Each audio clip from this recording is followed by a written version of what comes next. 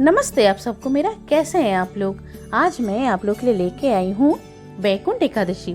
बैकुंठ एकादशी हिंदुओं द्वारा मनाई जाने वाली सबसे शुभ एकादशी है। इसे सबसे शुभ माना जाता है क्योंकि ऐसा माना जाता है कि इस दिन बैकुंठ का द्वार या स्वर्ग के द्वार खुलते हैं। इसलिए इस व्रत को रखने वाले लोग मोक्ष प्राप्त करेंगे और सीधे स्वर्ग जाएंगे।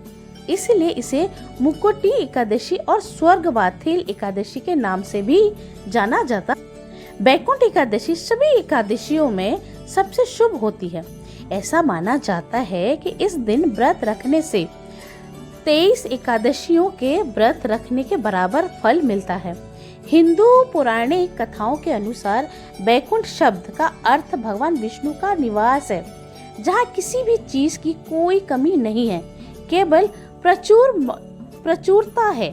एकादशी शब्द एक संस्कृत शब्द है जिसका अर्थ है शुक्ल पक्ष या 11वां चंद्र दिवस, अमावस्या और पूर्णिमा के बीच का दिन। पद्म पुराण के अनुसार भगवान विष्णु ने मुरान नामक राक्षस से युद्ध किया और लड़ाई के बीच आराम करने और राक्षस को मारने के लिए एक नया हथियार बनाने के लिए एक गुफा में चले गए। जब भगवान विष्णु आराम कर रहे थे तो राक्षस मुरन ने उन्हें गुफा में मारने की कोशिश की। हालांकि उनके प्रयास बर्बाद हो गए। जैसे भगवान विष्णु के शरीर से एक महिला रूप में ऊर्जा निकली और इसके बजाय उनके मार डाला। भगवान विष्णु उस स्त्री शक्ति से प्रभावित हुई और उसे एकादशी कहा। उसने उसे एक वरदान भी दिया और अपने वरदान के रूप में उसने कहा कि जो कोई भी उस दिन उपवास करेगा उसे मोक्ष दिया जाएगा। भगवान विष्णु ने उसे वो वरदान दे दिया। तब से ये माना जाता है कि जो कोई भी एकादशी या हिंदू कैलेंडर माह के मार्गशीर या मार्गा जी के 11वें चंद्र दिवस पर उपवास रखता है उसे मोक्ष मिलेगा और वह स्वर्ग पहुंचेगा। उस दिन से हिंदू विशेष रूप से वैष्णव भगवान विष्णु के निवास या स्वर्ग तक पहुंचने के लिए इस दिन उपवास करते हैं। भगवान विष्णु का निवास या बैकुंठ का द्वार पूरे वर्ष बाहरी लोगों के लिए बंद रहता है। केवल बैकुंठ एकादशी पर बैकुंठ द्वार या बैकुंठ द्वार सभी के लिए खुला रहता है। इसलिए गंभीरता से वे सोचते रहते हैं कि बैकुंठ एकादशी पर व्रत रखने से वे यम या मृत्यु के देवता का सामना किए बिना वहां बैकुंठ द्वार पहुंच जाएंगे। हिंदू किसी भी एकादशी पर चावल नहीं खाते हैं क्योंकि ऐसा माना जाता है कि दानव मुरन चावल के दोनों में निवास करता है।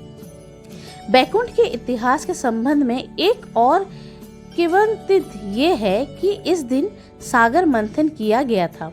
इस सागर मंथन के दौरान क्षीर सागर की दिव्य अमृत निकला जो देवताओं के बीच वितरित किया गया।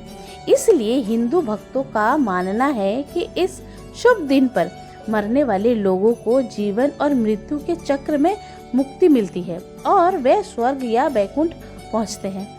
इस किंवदंती का समर्थन महाभारत के भगवान भीष्म की एक कहानी से होती है जो एकादशी के मरने तक प्रतीक्षा करती है।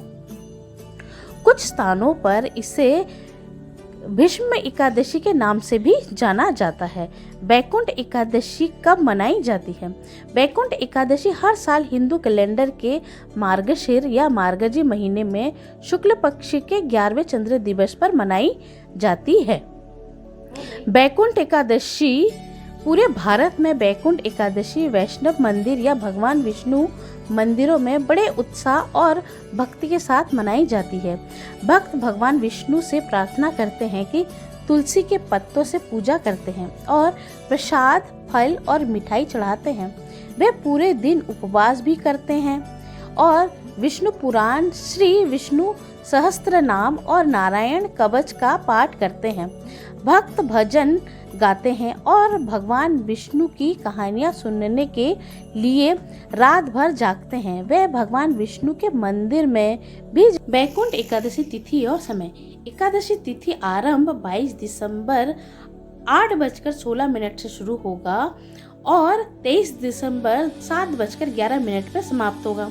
पारण का समय 24 दिसंबर 6:18 से शुरू होकर प्रातः 6:24 तक रहेगा।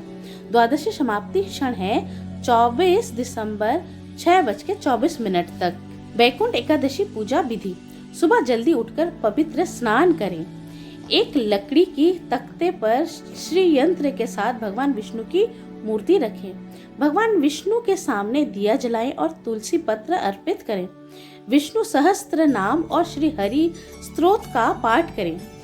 ओम नमो भगवते वासुदेवाय का 108 बार जाप करें। भक्त श्री कृष्ण महामंत्र का जाप भी कर सकते हैं। शाम के समय भी भगवान विष्णु की पूजा करनी चाहिए और भोग प्रसाद चढ़ाना चाहिए। पंचामृत घर में बनी मिठाई जैसे खीर और हलवा का भोग लगाएं।